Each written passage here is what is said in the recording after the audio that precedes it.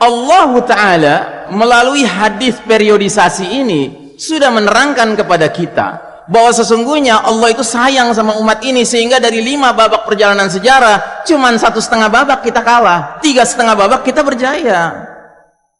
Ya, we got to be optimistic. Kita mesti optimistic. Tapi Ustadz, saya lahirnya sedang kondisi kalah. Ya rezeki kamu, rezeki Pak. Saya bilang rezeki. Kenapa rezeki? Karena kaidah fikihnya mengatakan demikian.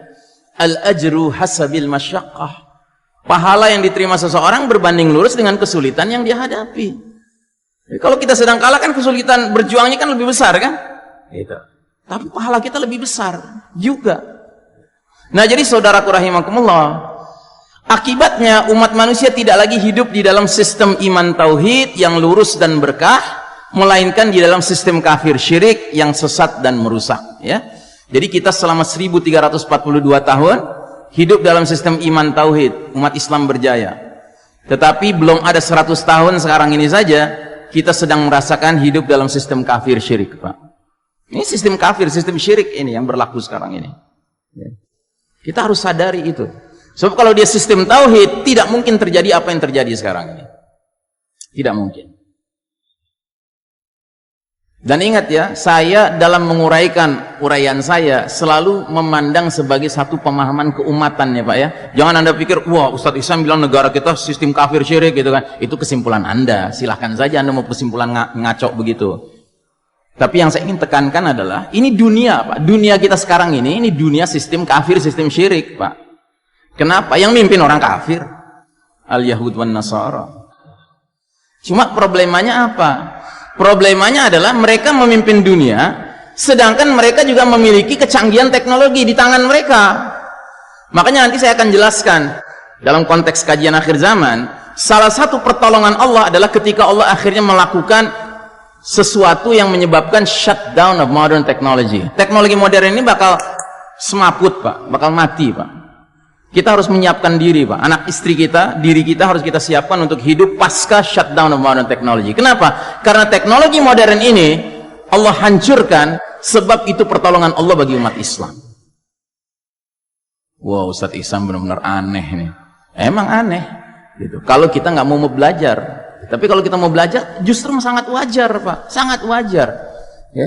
Sekarang kalau kita jujur Pak, membayangkan teknologi canggih ini berakhir Pak, apa keuntungannya buat kita? Keuntungannya adalah ketika teknologi canggih ini berakhir, yang mengalaminya bukan hanya negeri kaum muslimin, seluruh dunia. Akibatnya apa? Tuh kafir barat itu menjadi setara dengan kita, jadi 0-0 lagi kan? Gitu. Dan ini Nabi sudah katakan, wa'udtum min haitsu bada'tum wa'udtum min haitsu bada'tum wa'udtum min haitsu bada'tum. Kalian bakal kembali kepada kondisi seperti sedia kala. Kalian bakal kembali kepada kondisi seperti sedia kala. Kalian bakal kembali kepada kondisi seperti sedia kala. Ini hadis riwayat Muslim, sahih hadisnya. Para sahabat waktu itu mendengar nggak paham. Apa maksudnya kembali kepada kondisi seperti sedia kala? Para sahabat nggak paham.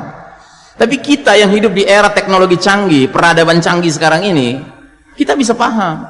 Para sahabat dulu nggak ada pakai HP, nggak ada pakai komputer, nggak ada listrik, nggak ada AC, nggak ada mobil, motor, pesawat udara, apalagi nggak ada. Sehingga mereka nggak bisa membayangkan apa maknanya kembali pada kondisi seperti sedia kala. Tapi kita yang sekarang hidup di saat era modern begini, kita bisa paham. Oh, ini maknanya akan terjadi setback of civilization. Peradaban bakal mundur ke belakang lagi, kembali seperti dulu lagi. Makanya coba perhatikan semua hadis tentang peperangan-peperangan di akhir zaman yang dipimpin Al-Mahdi kelak nanti. Itu nggak ada menyebutkan hadis yang menyebutkan nanti umat Islam di akhir zaman pakai M16, pakai AK-47, nggak disebut itu. RPG nggak ada, pakai drone gitu nggak ada. Gitu. Ini era yang kita hadapi sekarang ini Pak, dengan kecanggihan teknologi yang di tangan Barat kafir dikuasainya, mengakibatkan apa? Kita berperang saja Pak, kita dicurangin Pak. Perang tuh nggak fair perang itu. Sementara mujahidin berkeringat-keringat di bawah matahari di padang pasir ya kan, cuman pakai M16, AK-47, paling jauh RPG. Tahu RPG? RPG itu senjata anti tank. Paling jauh gitu. Sedangkan musuh Islam di mana? Di ruang ber-AC Pak. Pakai komputer, pakai mouse gini. Kayak main game aja. Yang bergerak di sana di padang pasir apa? Drone.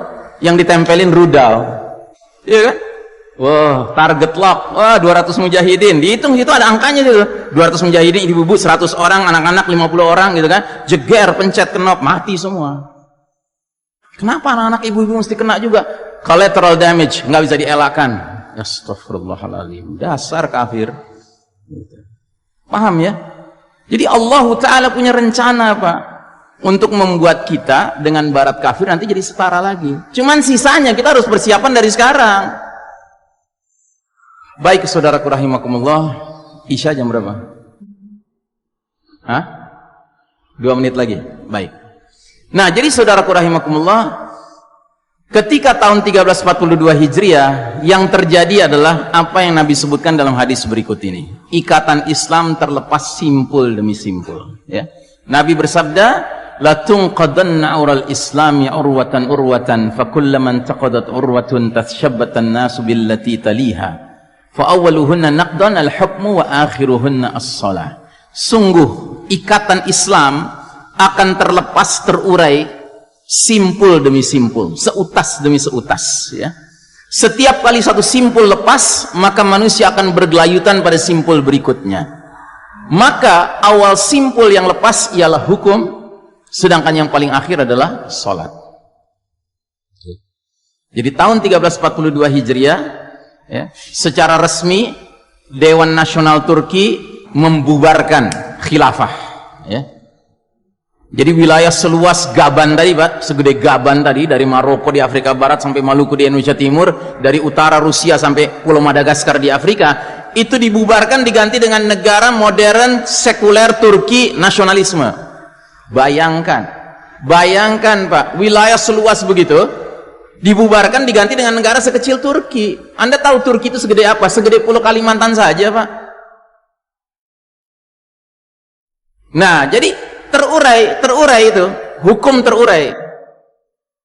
Cilakanya, karena Turki merupakan pusat kepemimpinan umat Islam waktu itu, akhirnya menular kepada negeri-negeri muslim lainnya.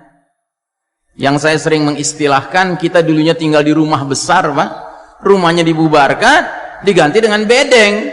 Bedeng Turki mula-mula muncul, bedeng Mesir muncul, bedeng Indonesia muncul, ya kan? Dan masing-masing bedeng spiritnya sudah beda dengan rumah. Rumah tadi spiritnya masih sistem nilai, sistem norma, sistem hukum, sumbernya semuanya Quran dan Sunnah. Tapi masing-masing bedeng nyari sumber lain yang pasti bukan Quran dan Sunnah. Akibatnya apa? Seperti anak-anak ayam kehilangan induk, seperti gelandangan kehilangan rumah resmi tinggal di bedeng, ya. Celakanya belum sampai 100 tahun tinggal di bedeng udah mulai teriak-teriak bedeng harga mati, gitu. Celakanya. Makanya musuh Islam tinggal bikin aja rumah mereka, namanya PBB, Perserikatan Bedeng. Mereka yang bermental bedeng pasti nganggap PBB itu rumahnya sekarang. Karena apa? Karena masuk dalam jebakan Yahudi yang bikin rumah itu.